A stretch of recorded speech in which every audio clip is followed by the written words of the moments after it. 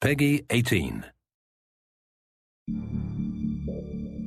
Homefront is a first-person shooter. It's set in the year 2027. One of the main hooks of Homefront is its premise. It's an Occupation USA setting. Homefront's an opportunity for us to tell a story that's near and dear to our hearts in an environment that's very familiar but been warped beyond recognition. It's a story of really survival and adaptation. What it feels like to be part of a resistance fighting for your country, to give the last full measure for something that you really believe in.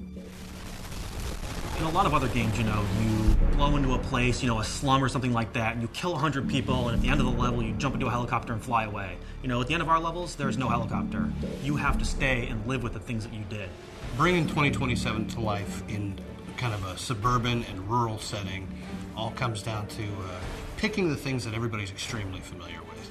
The buckets are now water collectors. The children's toys are still there, but they might just be repurposed for something else. This is a survivalist nation now. Now it's about being a member of a resistance cell in occupied America and doing what it takes to liberate your country from this alien oppressor. The idea for Homefront actually came from a few different angles, really. One of them was Red Dawn. I'd watched that, and that was very inspirational. John Milius is like a great American film creator. Apocalypse Now, Red Dawn, and Conan. He's just the type of guy that has this natural creative ability. He just knows when something's good. And he really brings 30 years of storytelling experience to us. Speculative fiction basically means we are giving the audience what-if situations. What if America was invaded by Korea? What if this happened? And then filling out the answers to that. And that's really where the high premise of Homefront comes from. We said, what if USA was occupied? What would it be like to experience that future? Historically, there are multiple examples of sudden rises and sudden falls. Ancient Greece, Mongolia, Japan. So when you say, how could a mighty power like the USA fall, it's really a combination of elements. It's the decline of the USA due to internal factors and global geopolitical situation.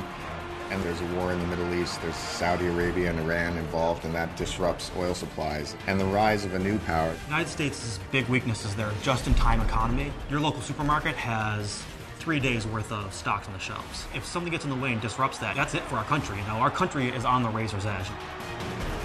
The North Koreans are the perfect enemy. The only North Korean that anybody knows is Kim Jong-il. This morning comes the news of Kim Jong-il's death.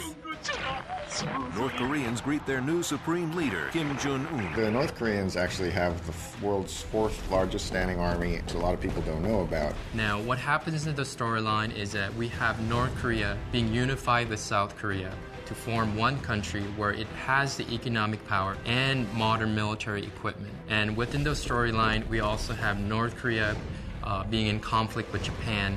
And training on American weapons and getting a lot of modern training and really building up a military from the other countries in the East Asia region. North Korea is able to invade the United States through its well-prepared military strikes. That involves a EMP strike. EMP is an electromagnetic pulse. It sends out a particular type of energy that blankets the Earth, and what that does is it deactivates modern electronics.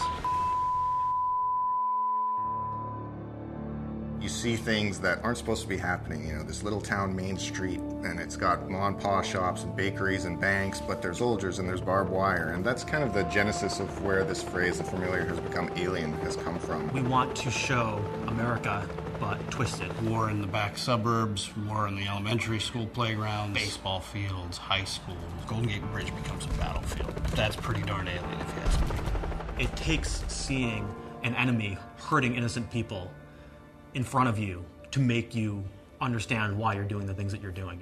This is your backyard. This is literally Homefront.